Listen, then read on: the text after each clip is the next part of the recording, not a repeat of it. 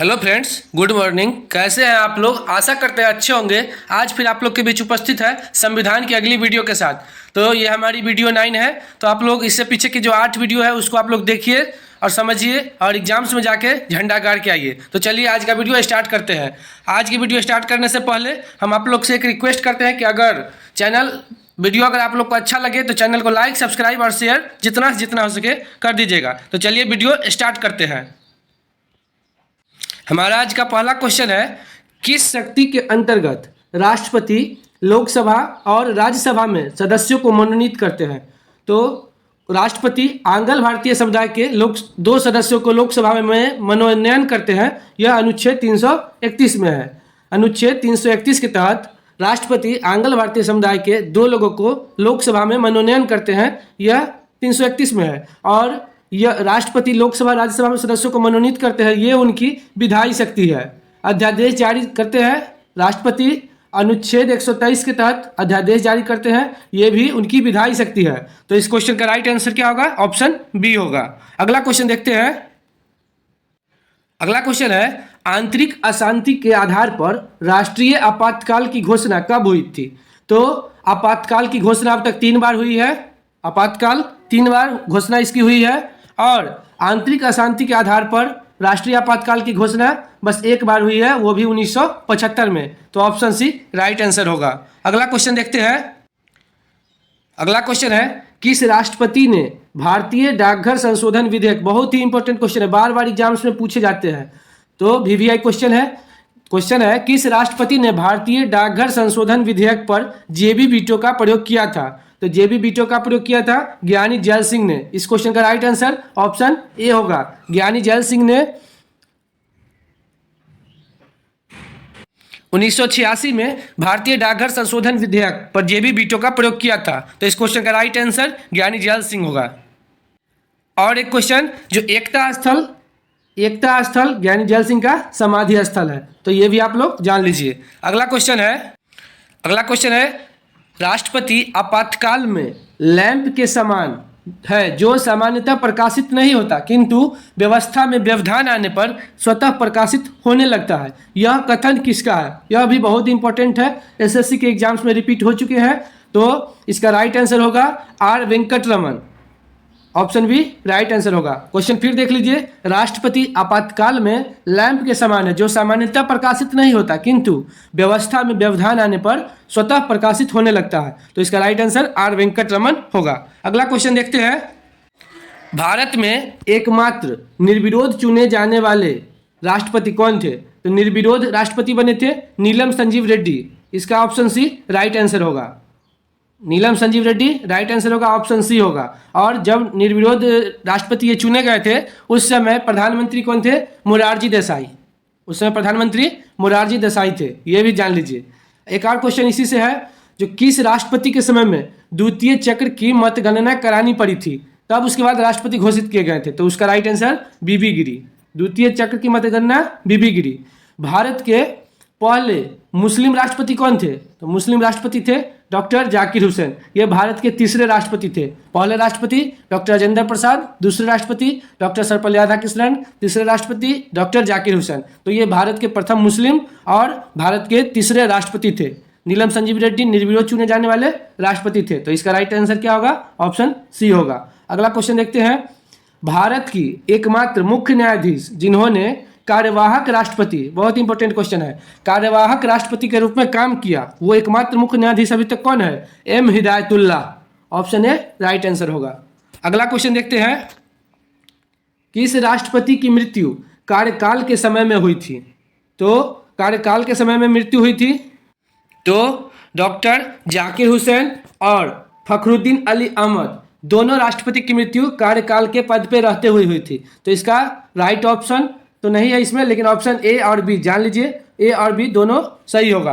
किस राष्ट्रपति की मृत्यु कार्यकाल के समय में हुई थी पद पर रहते हुई? तो डॉक्टर जाकिर हुसैन और फखरुद्दीन अली अहमद, इन दोनों की मृत्यु पद पर रहते हुई थी। तो अगला क्वेश्चन देखते हैं। राष्ट्रपति की क्षमादान की शक्ति किस अनुच्छेद में वर्णित है? तो राष्ट्रपति कोई भी व्यक्ति है जिसको न्यायालय द्वारा दंड मिल चुका है और अगर राष्ट्रपति को लगे कि उन्हें क्षमा दे दिया जा सकता है, तो वैसे व्यक्ति को राष्ट्रपति क्षमादान की शक्ति उनके पास होती है। तो राष्ट्रपति की क्षमादान की शक्ति अनुच्छेद 72 में है। अनुच्छेद 72 इसका राइट आंसर होगा ऑप्शन ए। राष्ट्रपति के क्षमादान की शक्ति अनुच्छेद 72 में वर्णित है।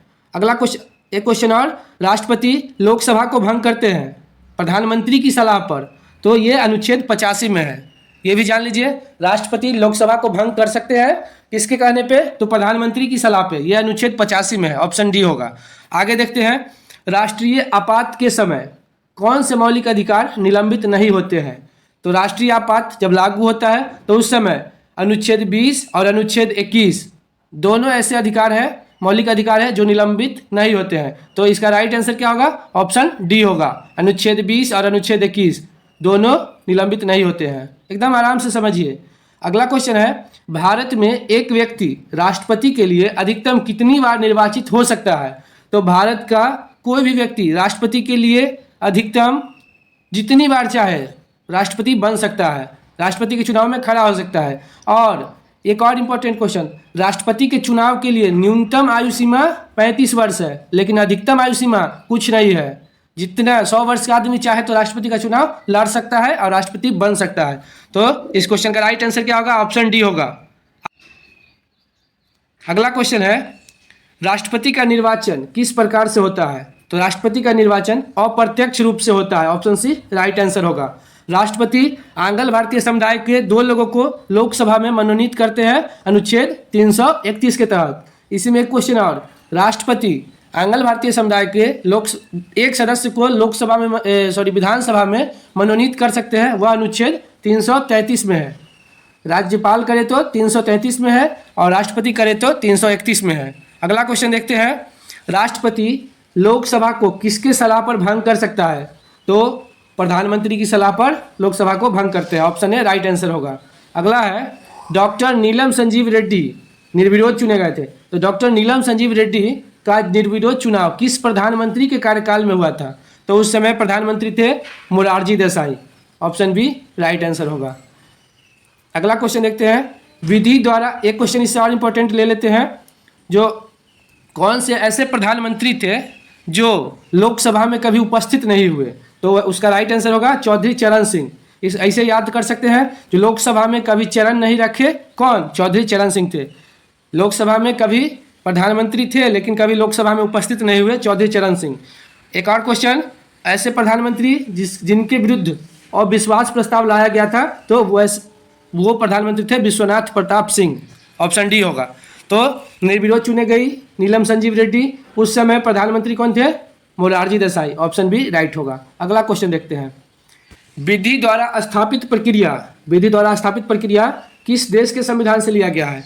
तो विधि द्वारा स्थापित प्रक्रिया यह जापान के संविधान से लिया गया, ऑप्शन बी राइट आंसर होगा। क्वेश्चन था, विधि निर्माण प्रक्रिया किस देश से लिया गया है। तो विधि निर्माण प्रक्रिया ब्रिटेन के संविधान से लिया गया है, लेकिन विधि द्वारा स्थापित प्रक्रिया जापान से लिया गया है। अनुच्छेद जापान से लिया गया है। एकल नागरिकता ब्रिटेन से लिया गया है। आपातकाल जर्मनी से लिया गया है। मौलिक अधिकार अमेरिका से लिया गया है। संविधान की सर्वोच्चता अमेरिका से लिया गया है। उसके बाद राष्ट्रपति पर महाभियोग, ये भी अमेरिका से लिया गया है। तो इस क्वेश्चन का राइट आंसर, विधि द्वारा स्थापित प्रक्रिया जापान से लिया गया है। आप लोग वीडियो को देख रहे हैं तो वीडियो को देखिए, और जब पढ़ने के लिए बैठते हैं तो उस टाइम पूरा एकदम मन से पढ़े, क्योंकि उस टाइम जो आप पढ़ रहे हैं क्या पता एग्जाम में वही क्वेश्चन आ जाए। तो पूरा कॉन्शियस रहिए। और हम अपने, मेरा जितना भी वीडियो अभी तक आया है, हम हर वीडियो में एक बार बोलते हैं, जो जॉब होना आसान है। लाख कितना भी स्टूडेंट 1 करोड़ 1.25 करोड़ कोई भी फॉर्म आता है तो भरा जाता है, उससे कुछ नहीं होने जाना है। टैलेंट होगा तो जॉब होगा, टैलेंट नहीं है तो उसको विकसित कीजिए, तैयारी नहीं है तो उसको बढ़ाइए, पर डे कोशिश कीजिए। जो आपको जो आता है वो सही है, उसको रिवाइज कीजिए, जो नहीं आता है उसको सीखने का कोशिश कीजिए। तैयारी आपका जरूर बढ़ेगा, जॉब आपको जरूर होगा। 100% इसका गारंटी है, जो तैयारी अगर आपकी अच्छी होगी आपको जॉब मिलेगा। थोड़ा बहुत लक का भी इसमें हाथ रहता है, लेकिन फिर भी मेहनत खूब कीजिए, जॉब हो जाएगा। तो इस क्वेश्चन का राइट आंसर क्या होगा, विधि द्वारा स्थापित प्रक्रिया जापान से लिया गया है। अगला क्वेश्चन देखते हैं, जब किसी दंड को अस्थायी रूप से स्थगित कर दिया जाता है तो उसे क्या कहा जाता है? तो उसे प्रतिलंबन कहा जाता है। ऑप्शन ए राइट होगा। फिर से देख लीजिए, जब किसी दंड को अस्थायी रूप से स्थगित कर दिया जाता है तो उसे प्रतिलंबन कहा जाता है। ऑप्शन ए राइट होगा। अगला क्वेश्चन देखते हैं, धन विधेयक की परिभाषा किस अनुच्छेद में वर्णित है? तो धन विधेयक अनुच्छेद 110 में वर्णित है। बहुत इंपॉर्टेंट क्वेश्चन है, धन विधेयक बार बार पूछा जाता है। धन विधेयक 110 में वर्णित है। वार्षिक वित्तीय विवरण अनुच्छेद 112 में है। और वित्त आयोग का गठन किस अनुच्छेद में है? 280 में है। वित्त आयोग अनुच्छेद 280 में है। राज्य वित्त आयोग की नियुक्ति अनुच्छेद 243 में है। वित्त आयोग अनुच्छेद 280 में है, लेकिन राज्य वित्त आयोग 243 में है। अगला क्वेश्चन देखते हैं, लोकसभा की संरचना संविधान के किस अनुच्छेद में वर्णित है? तो संसद होगा 79 में, राज्यसभा होगा 80 में, और लोकसभा का गठन होगा, लोकसभा की संरचना अनुच्छेद 81 में होगी, 81 में होगी। तो इस क्वेश्चन का राइट आंसर क्या होगा? ऑप्शन सी राइट होगा। अनुच्छेद 81, लोकसभा अनुच्छेद 81, संसद अनुच्छेद 79 और राज्यसभा अनुच्छेद 80, लोकसभा अनुच्छेद 81 हो गया। अगला क्वेश्चन देखते हैं, भारत की पहली महिला राष्ट्रपति कौन थी? तो पहली महिला राष्ट्रपति Shrimati Pratibha Devi Singh Patil. Option C right होगा। पहली महिला प्रधानमंत्री श्रीमती इंदिरा गांधी होगी। पहली महिला पीएम इंदिरा गांधी। अगला क्वेश्चन देखते हैं, केरल में लोकसभा की कुल कितनी संख्या है? तो उड़ीसा में लोकसभा की 21 सीट है, उड़ीसा में 21 सीट है, और केरल में 20 है, केरला में 20 है। तो इस क्वेश्चन का राइट आंसर क्या होगा? ऑप्शन बी होगा। अगला देखते हैं, असम में लोकसभा की सीट है 14। असम में कितनी है? 14। और पंजाब में 13। ये पूछा गया था अभी कुछ दिन पहले। पंजाब में लोकसभा की 13 सीटें हैं। तो इस क्वेश्चन का राइट आंसर आराम से देख लीजिए, केरल में 20 है। ऑप्शन बी राइट होगा। अगला क्वेश्चन देखते हैं, जो कि हमारा इस वीडियो का लास्ट क्वेश्चन है, किस अनुच्छेद के तहत नीति निर्देशक तत्व को किसी न्यायालय द्वारा प्रवर्तनीय नहीं किया जा सकता है? तो अनुच्छेद 37 के द्वारा 37, ये शायद रिपीट हुआ है, इससे पहले के वीडियो में क्वेश्चन आया हुआ है। जो अनुच्छेद 37 के तहत नीति निर्देशक तत्व को किसी न्यायालय द्वारा प्रवर्तनीय नहीं किया जा सकता है। तो ये हमारा 20 क्वेश्चन का सेट था, जो कि कंप्लीट हो गया है। तो आप लोग वीडियो को देखिए, समझिए और बार बार इसको रिवाइज कीजिए। सिर्फ एक वीडियो देख के ही आपकी तैयारी अच्छी हो जाएगी ऐसा नहीं होता है। आप लोग पढ़िए, हम बस यही कहेंगे जो आप लोग पढ़िए। ऑनलाइन तैयारी कीजिए, ऑफलाइन तैयारी कीजिए, जितना हो सके उतना पढ़िए। जितना अभी पढ़िएगा एग्जाम में उतना ही मज़ा आएगा। और एक बात हम आप लोग से शेयर करना चाहते हैं कि बार बार एग्जाम्स देने आप लोग जाते होइएगा तो देखते होइएगा बाहर में बैठ के और एग्जाम से पहले सब नोट देखते रहते हैं, बुक देखते रहते हैं। तो उस टाइम देख के क्या होगा, जब मेरे पास अभी टाइम है तैयारी करने का, तो अभी हम इतना उसी बुक को इतना बार पढ़ ले जो लास्ट टाइम में हम वहाँ फील्ड पे जाके क्या देखेंगे। तो इसलिए अभी मौका है, अपनी तैयारी को बूस्ट कीजिए और एग्ज़ाम में जाके क्रैक कीजिए। चलिए अब इस वीडियो को ख़त्म करते हैं, मिलते हैं अगले वीडियो में। Thank you.